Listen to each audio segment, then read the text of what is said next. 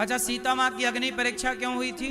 क्योंकि अच्छा ये बताओ, रावण ने जिन सीता माँ को चुराया वो असली सीता थी कि नकली? कौन थी? नकली सीता। असली सीता कहाँ थी? अग्नि में। तो जो अग्नि परीक्षा थी वो अग्नि परीक्षा नहीं थी, असली सीता मैया की वापसी थी। राम जी राजा बन गए भरत जी से मिलके, सिया जी रानी बन गई। अच्छा क्या हुआ, अयोध्या में एक कोई सज्जन रहा करते थे, यमुना सरयू के उस पार। उनकी पत्नी, धोबी भाई साहब थे, उनकी पत्नी आज रात को घर नहीं आई। सवेरे पत्नी आई तो धोबी ने पूछा कि तुम कहाँ थी? तो बताया उसने कि मैं केवट के यहाँ रह गई थी, पानी बरस रहा था इसलिए आ ना पाई। तो धोबी ने बोला कि अब हम तुम्हें स्वीकार नहीं करेंगे, तुम पर पुरुष के पास रहकर आई हो, मैं कोई राम नहीं हूं कि सीता को स्वीकार कर लूं। लो भैया, धोबी की इस बात से पूरी अयोध्या में हल्ला हो गया कि सीता माँ तो रावण के यहाँ रह के आई हैं, पता नहीं शुद्ध हैं कि अशुद्ध हैं, सही हैं कि गलत है। अच्छा बताओ, सीता माँ को वनवास किसने भेजा? गर्भावस्था में किसने भेजा? मैया सीता माँ को वनवास किसने भेजा? किसने? रावण ने? ये मैया बताएंगी, सीता मैया को वनवास किसने भेजा? हैं? राम ने? माता सीता को वनवास राम ने नहीं भेजा, सीता मां को वनवास भेजा प्रजा ने। किसने भेजा? भाई धोबी ने कहा कि सीता पता नहीं शुद्ध हैं कि अशुद्ध हैं, फिर और लोगों ने भी बोला कि बात तो सही है, रावण के यहाँ रही हैं, पता नहीं कैसी हैं। तो सारे लोग बोले कि सीता आप अग्नि परीक्षा दे दो। सीता मैया बोली कि लो, अब जब हम अग्नि परीक्षा देंगे तब इन लोगों को हम पे भरोसा होगा। तो जिस प्रजा को हम पर भरोसा ही नहीं, सीता मैया बोली ऐसी प्रजा के साथ मैं कैसे रहूं? तो सीता मैया बोली मैं अग्नि परीक्षा तो दे दूंगी, लेकिन अब मैं रहूंगी नहीं इन लोगों के साथ। लेकिन अभी मेरे पेट में राम के बच्चे हैं, तो पहले इनको जन्म दे दूं, क्योंकि मैं चली जाऊंगी तो ये बच्चे भी चले जाएंगे मेरे साथ, इसलिए अभी मैं लीला समाप्त नहीं कर सकती। इसलिए सीता माँ ने कहा कि कुछ दिनों के लिए, राम जी से स्वयं सीता माँ ने कहा कि मुझे कुछ दिनों के लिए संतों के आश्रम में भेज दीजिए। तो संतों के आश्रम में गई, वाल्मीकि जी के यहाँ लवकुश को जन्म दिया। वाल्मीकि जी ने पढ़ाया लिखाया, लवकुश जब बड़े हो गए, थोड़ा बड़े समझदार हो गए, तो सीता मैया ने अपने दोनों बेटों को पिता के हवाले किया, राम के, ये रहे आपके पुत्र। और अब सीता माँ ने कहा दुनिया वालों, तुम्हें हमारी परीक्षा लेनी थी ना कि हम साफ हैं कि शुद्ध हैं कि अशुद्ध हैं, तो मैं परीक्षा दे रही हूं। राम को सौंप दिया उनके बच्चे लवकुश को।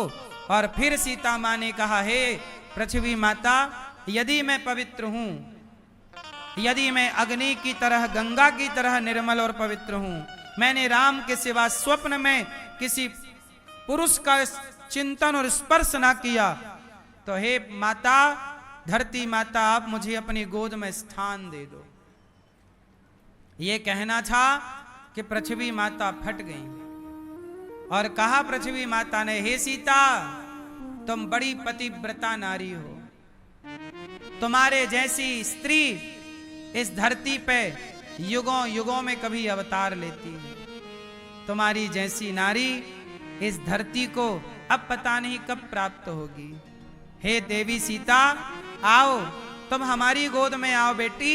ये दुनिया के लोग तुम्हें ना जान पाए, ना समझ पाए, तुम्हारे ऊपर भी इन लोगों ने उंगलियां खड़ी कर दी। तुम गंगा की तरह पवित्र हो, तुम्हें रावण चुरा कर ले गया था, वो रावण ने जबरदस्ती चुराया, तुमने अपने मन से केवल राम को ही पति माना है, किसी और का तुमने अपने मन से स्पर्श भी नहीं किया। कह करके चली गई माता सीता। दुनिया वालों को प्रमाण चाहिए था, प्रमाण मिल गया। अब लोग कहें सीता मैया माफ कर दो, माँ क्षमा कर दो, हमसे बड़ी गलती हो गई, आप पवित्र हैं। अब क्या होगा?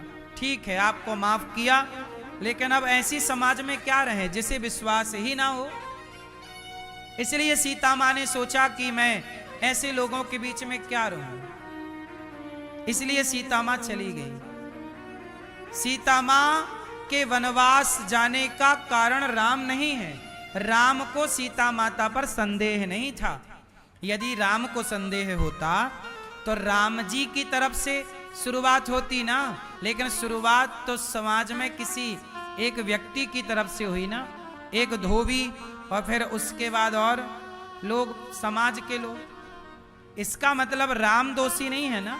राम को संदेह होता सीता मां पर तो राम उसी दिन वनवास भेज देते जब रावण के घर से आई थी, रावण के यहां से आई थी। इसका मतलब राम जी को कोई संदेह सीता माता पर।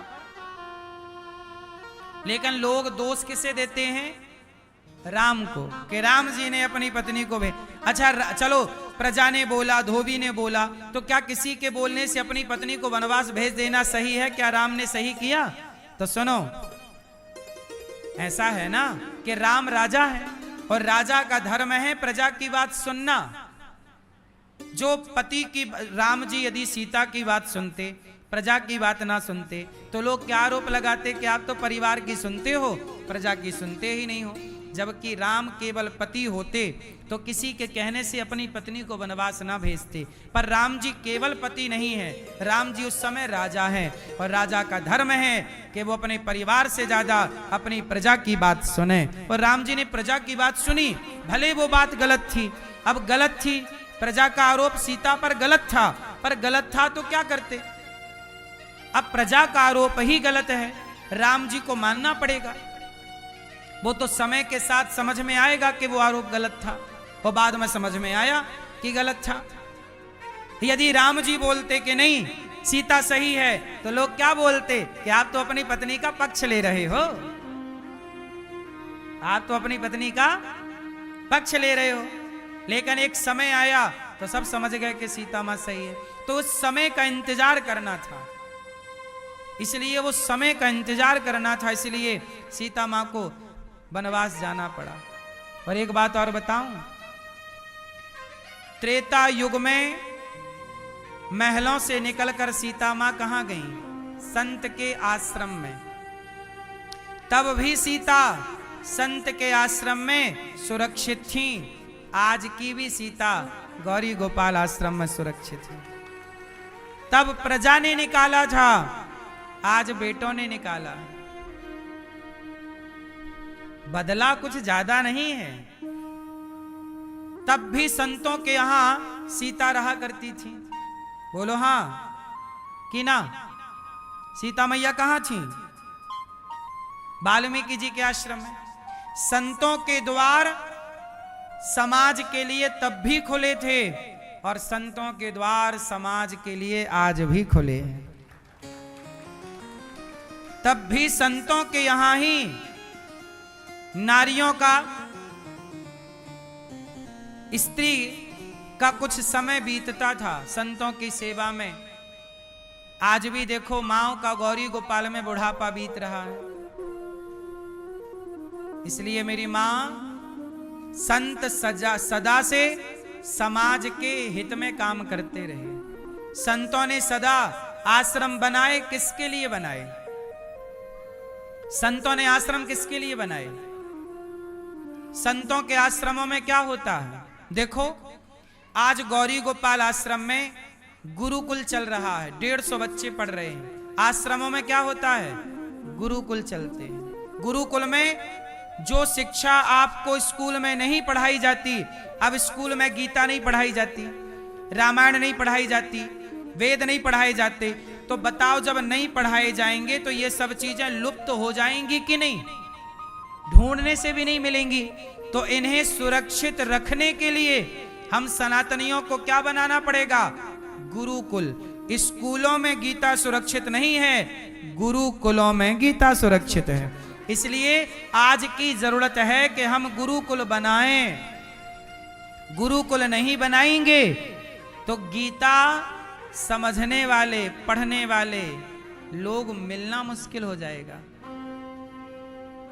गुरुकुल में जो बच्चे पढ़ेंगे वो सनातन का ज्ञान लेके आगे बढ़ेंगे। हमने भी गुरुकुल में पढ़ाई की है, हमने 10वीं तक स्कूल में पढ़ाई की, 10वीं के बाद की पढ़ाई गुरुकुल में की, गुरुकुलों में पढ़ाई की, गुरुकुल में पढ़े तब सेवा करने का भाव पैदा हुआ।